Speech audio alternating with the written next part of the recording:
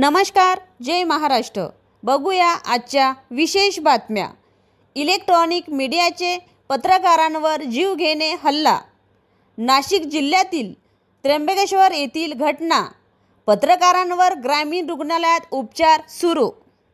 नाशिक जिल्ह्याच्या त्र्यंबकेश्वरमध्ये शनिवारी एक धक्कादायक प्रकार घडला।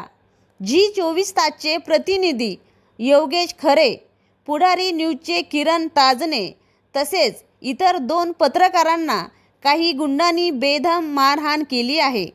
या हल्ल्यात 3 ते 4 पत्रकार गंभीर जखमी झाले असून सध्या त्र्यंबकेश्वरच्या शासकीय रुग्णालयात त्यांच्यावर उपचार सुरू आहेत। गाड्यांच्या प्रवेशाची बेकायदेशीर पावती घेणाऱ्याकडून सदर मारहाण झाली आहे।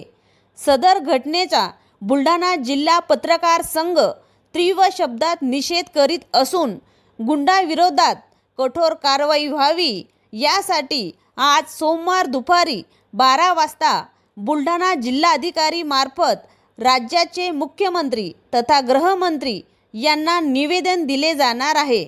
वरील तारीख आणि वेळेत पत्रकारांनी बुलढाणा जिल्हा पत्रकार भवन या ठिकाणी एकत्रित यावे असे आवाहन बुलढाणा जिल्हा पत्रकार संघाचे अध्यक्ष रणजितसिंग राजपूत सह सदस्यांनी केले आहे। मी एपी न्यूज महाराष्ट्रासाठी पूजा कायंदे।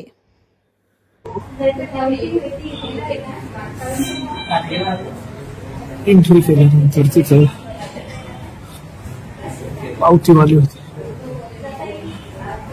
योगेश सरांनी सांगितले का प्रेसवाले जाऊ दे। योगेश सरांची त्याची शिवगाळ झाली। योगेश सरांना त्यांनी मारलं। आम्ही सोडासोडी करायला लागलो। ते शिवगाळ केली। 4-5 जण आले, मारायला सुरुवात केली। दगडाने मारलं। छत्र होता हातात, लाकडी दांडा होता, तो डोक्यात मारलं।